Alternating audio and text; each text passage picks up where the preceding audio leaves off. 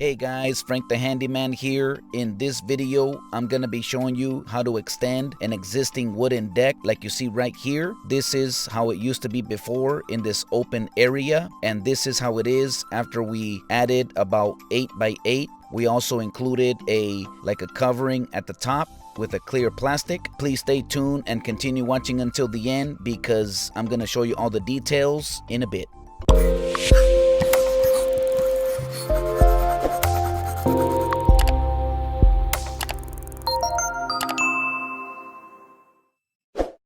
If you want to learn how to do all kinds of handyman DIY projects, including home renovations, then you're in the best place here on YouTube. Consider subscribing to our channel and activate the notification bell so that way you don't miss out on any videos that we'll be uploading every single week. Our customer recently purchased this nice little mobile home, and they had this existing wooden deck, this red one, and it was a good size, but she wanted to have a little bit extra space for just, fellowship and having friends and family over. So we're gonna go ahead and extend this further to the right in this area over here, approximately 8 feet by 8 feet. So the first thing that we're doing is removing all of this trim, this existing T111 siding, and all of this wood that's in between. It will definitely be in the way.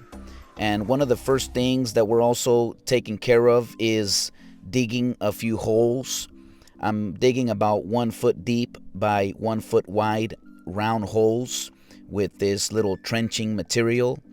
This is so we can install 2 outer pillars with concrete, and the pillars are basically going to be made of 4x4 pressure treated wood. We have one that we placed in this hole right here. We're going to make sure that it's leveled up. Now the concrete, we have this fast setting concrete bags at our local box store. You just mix it with water, and once you have it to this kind of consistency, it's pretty much ready to put into the hole with the wooden pillar. We put a brace right there so we keep it as level and plumb as possible, and there it is. It's nice and plumb, nice and level. We aligned it with the outer perimeter of the existing deck, so this new extension, it's gonna follow everything how it was originally. And on this other outer post, this is gonna be in the final corner over here. We did the same thing.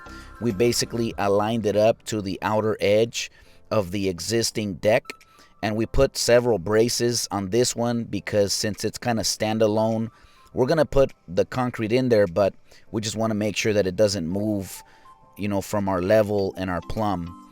And on each one of these holes, we used about 1 concrete bag each, like a 50-pound bag. And once you mix it in there, we'll let it dry for a few hours. Meanwhile it does that, we're gonna continue on with this project.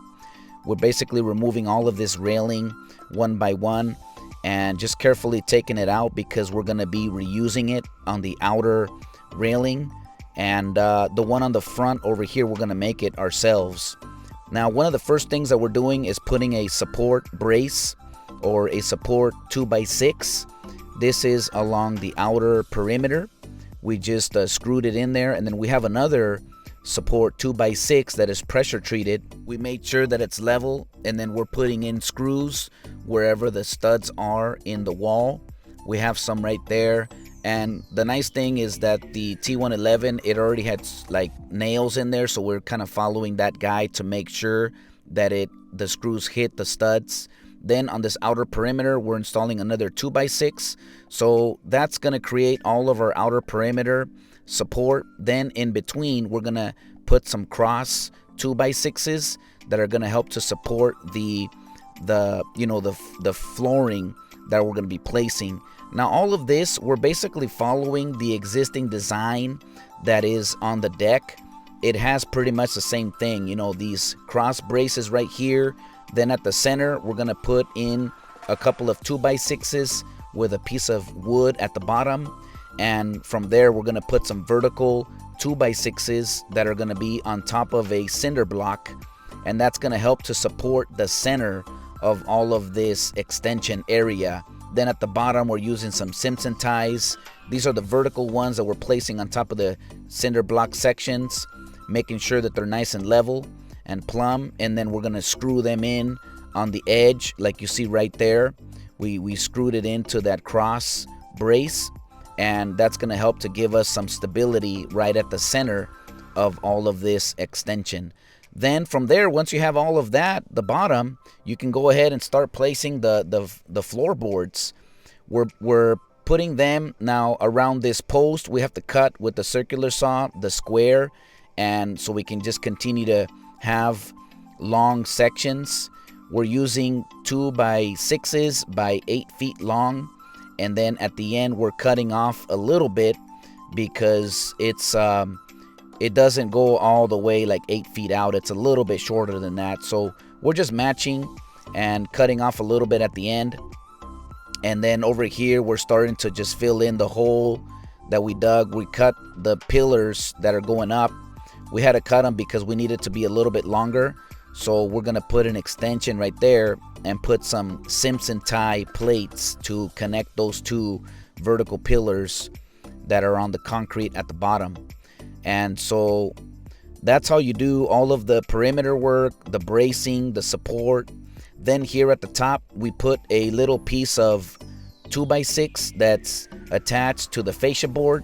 Then we put another 2x6 section that goes up from there. And then we put a cross 2x4 that is level.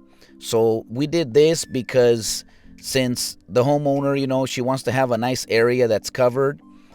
If we would have followed the existing roof line, it would have been way too low. So we had to extend it up even further, like almost 3 feet, and make sure that it's level.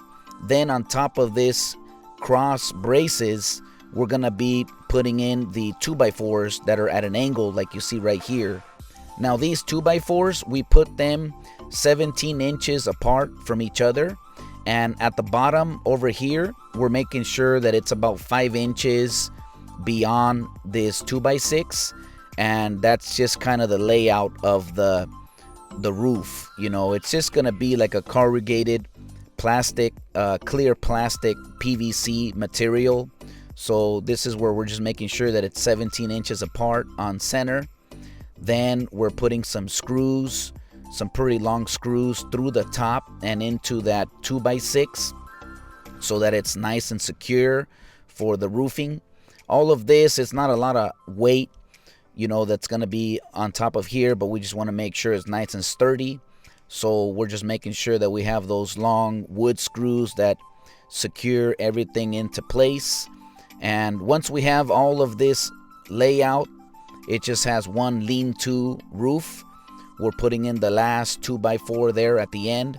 We can go ahead and start with this wooden railing. We're going to follow the same design as the other one. And the way how you do that is we're going to put a 2x4 that goes at the bottom, and then another 2x4 that goes at the top, following the same height as the previous one. And right here I'm marking every 7 inches apart. That's where we're going to put one of these wooden railings.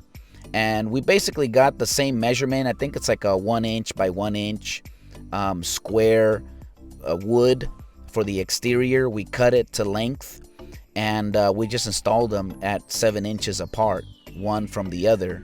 And that's how we continue the same design on this railing. Now on this other last piece, we're using the existing railing that we took off earlier.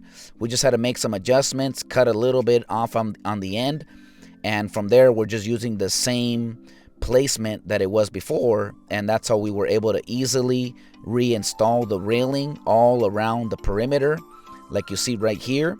Then at the very end, we're gonna go ahead and paint all of this with a matching paint color like the rest.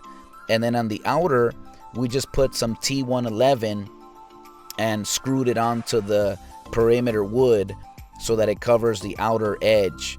Then at the top, we put on this clear PVC material that we just screwed it into these wood wedges that you place on top of the 2x6s, and in between we put on some braces. So over here, The final step and the most rewarding is just painting all of the siding and the wood that's at the bottom, just making it with, look the same as the rest of the house. The nice thing is that the owner, she had some extra leftover paint, so that's how it turned out. Really nice and beautiful.